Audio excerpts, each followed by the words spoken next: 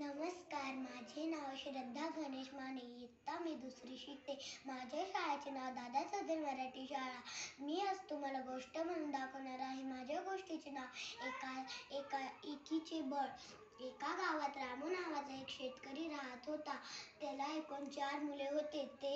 ते मुले आपापसात भांडण असे करत होती. रामू खूप दुःखी होता. त्याच्यामुळे त्याने मुलांना बोलवले. मुलांना इकडे बोलवले. त्याने सर्वांना एक छोटी काठी दिली.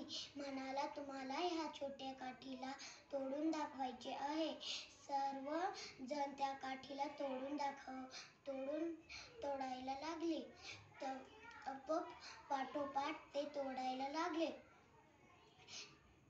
सर्वांनी एक काठी आणि तोडून दाखवली.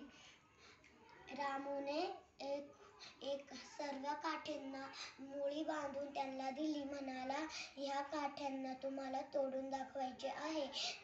सर्वांनी त्या काठ्यांना तोडायचे प्रयत्न केले, पण प्रयत्न झालेच नाही. तो म्हणाला, ह्याच्यावरून तुम्हाला काय समज भेटला? आपण जर सोबत राहिलो तर आपल्या संग असं कधीच आपल्या दुनियाची कोणची ताकद आपल्याला नष्ट करू नाही शकत. त्याच्यातून आपल्याला काय बोध भेटला? त्याचे तात्पर्य, आपण जर मिळून राहिलो तर आपल्याला दुनियाची कोणतीही शक्ती नष्ट करू नाही शकत. धन्यवाद.